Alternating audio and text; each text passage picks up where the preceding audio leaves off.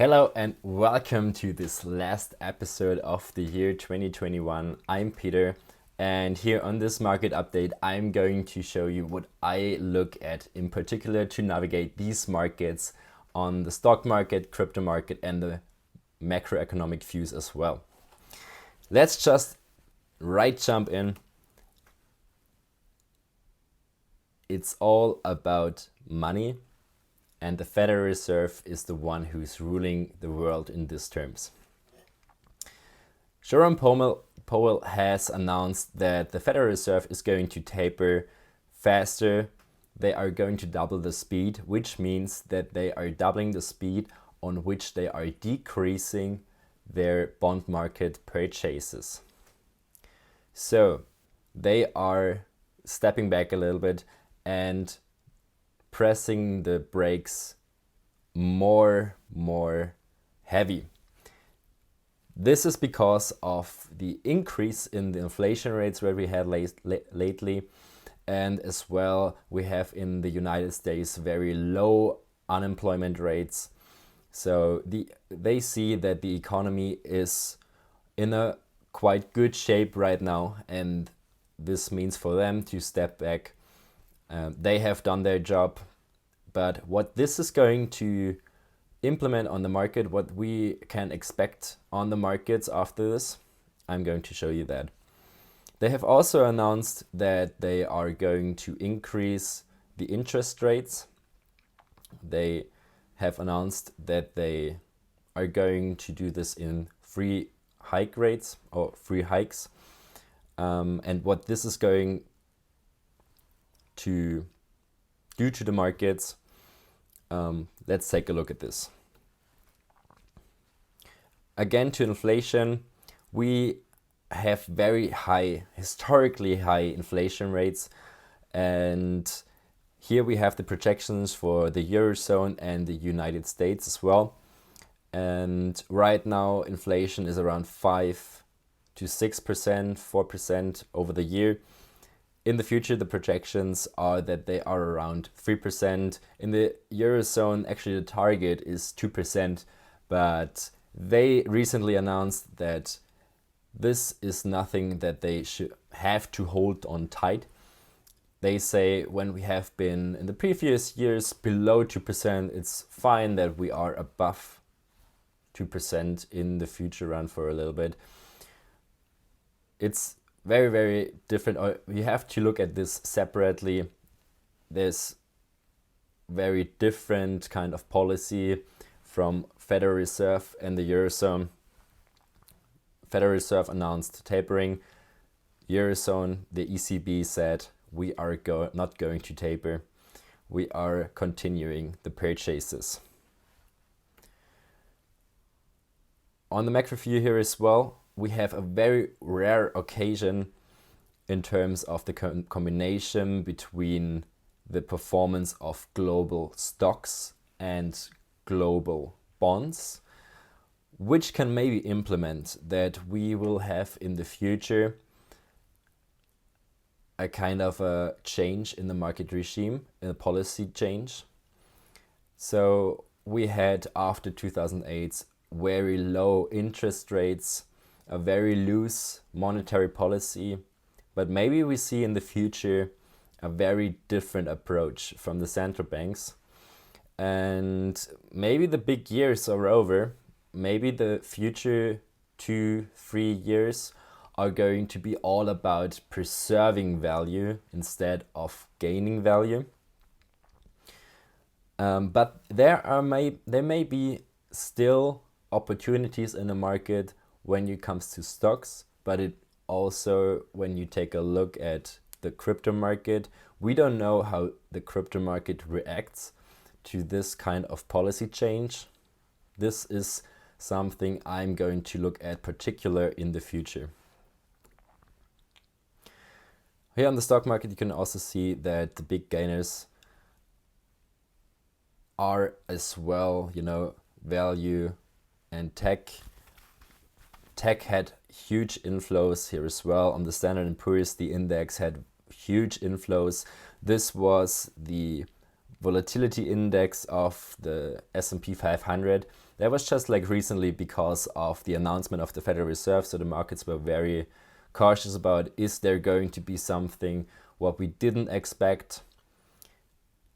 But afterwards, we can say the market has already prepared for this event. They knew that this was going to happen. So now we are going back with the volatility to kind of like normalized medium levels. How did we navigate markets in 2021? And 2021 was the year of the dip buyers. So when there was a dip, we had some occasions, quite a lot actually, where you had the opportunity to buy in dips, and this was actually a very successful strategy in the last year. You were able to make very good gains for having a little bit of liquidity on the side and profiting from these drawbacks.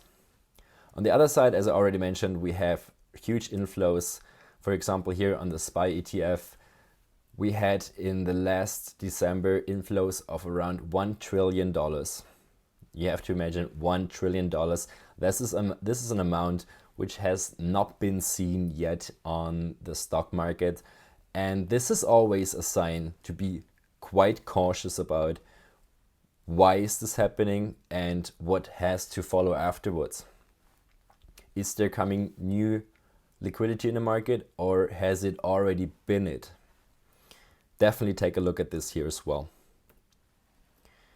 When we look at China, we have still the problem with Evergrande. So we can see here that the real estate index has still risen to one of the highest, or has the highest increases in the month.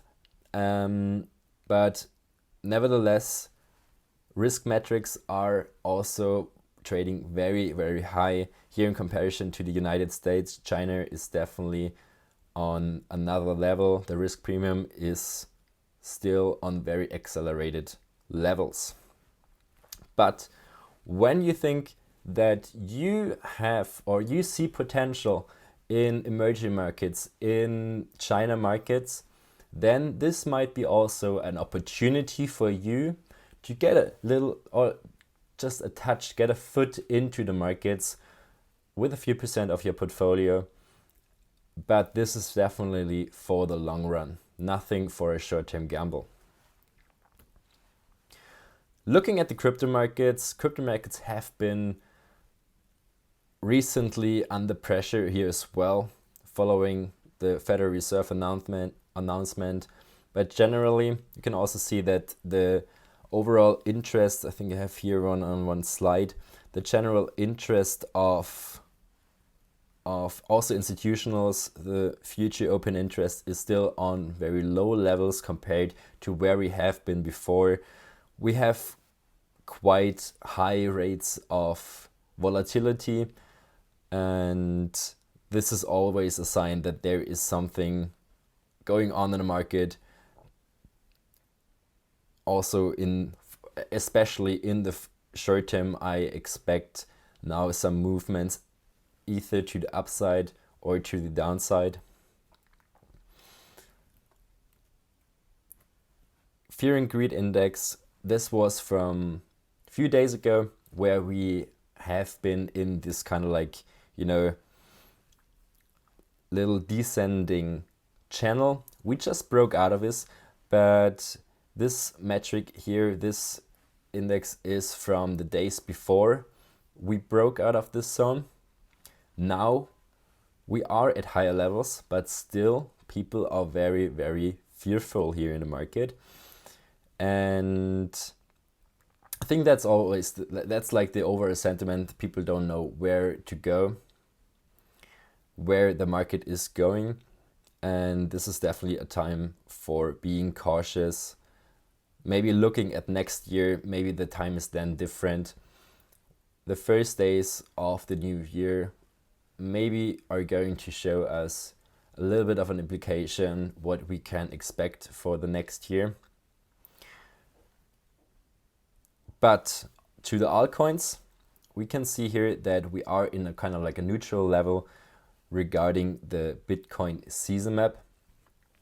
And here as well, we had some nice picks, alpha picks in our portfolio as well. For example, Luna, Wi-Fi, and Avalanche here as well. So DeFi sector did pretty well. I can show you here. Terra Luna has reached a total value locked just below Ethereum level, which is like a very, very strong sign for this kind of project. So when you don't have already a little bit of Terra Luna, definitely take a look at this. Is from my side is a very promising project here as well. Nevertheless, we need this kind of drawbacks here as well, because the people sometimes have to lose the faith into the investments for us or for others to step in and say we are going to take advantage of it. And when we need this kind of parabolic runs, there has to be some kind of disbelief here in the market as well. So be greedy when others are fearful, be fearful when others are greedy, but definitely make your own picture of this. From the profitable supplies, we can see that we are ranking very, very low actually here. And when we take a look at the big drawdown over the summer, we have been in this kind of levels there as well regarding the percentage of profitable supplies. But now we are actually ranking on different price levels. So this is maybe also a very good sign. This is a sign of redistribution of the funds. And actually for me, this is kind of like a more bullish sign, to be honest. Outlook. How is the future going to look like in the crypto market? Is it always going up? Probably not. You know that.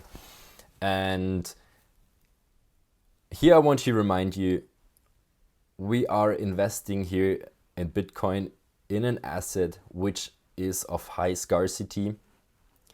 So take a look, go a step back, take a look at this. We have already nearly mined 90% of the total supply that's ever going to be on Bitcoin. And the overall interest in Bitcoin is steadily increasing over time. So when you take a look at around, institutions are coming in, countries are coming in, banks are adopting to Bitcoin, this is definitely a bullish sign. So when in doubt, zoom out. Don't look at the short-term volatility, look at the long-term picture. Investing is always about time horizon, the fundamentals, know what you're investing in, know what you're into. Yeah, this is what people think HODL is look like. This is what it actually look like. It means that you know why you invest in something. It means that you are holding tight to this investment, even if there is FUD around, which is distracting you or is making you fearful. Know your point, know where you're standing, know why you do this. Short reminder, we have been talking about DeFi coins here as well, but I want to remind you, just for being cautious, altcoins are not for long term. Generally, there are, when you have some insights, when you think this is a very promising, fundamentally promising project, you can take it into a kind of long-term portfolio, but generally altcoins are about making gains. The big players are about to preserve the value. Because, I want you to take a look here at 2013, 17, 19, and what you can see here is that how many of the coins you see from time to time which are remaining in the top 10, and the lesson learned is that it's only a very few amount. So coins are coming, coins are going, but keep your money where the big value is in where in the big leaders of the game. That's just what I wanted to suggest you. All right, we are already on the end. Thank you very much for listening to me. Thank you very much for joining me here on this last week of the year 2021. I'm going to see you hopefully next week as well, when we are going to take a look at the market next week. Also kind of like the same, I will also like do kind of like the same format. Just let me know in the comments if you like that. Definitely, if you like that, give me a thumbs up, subscribe, and yeah, wish you a great next year as well already. Thank you very much. Bye bye.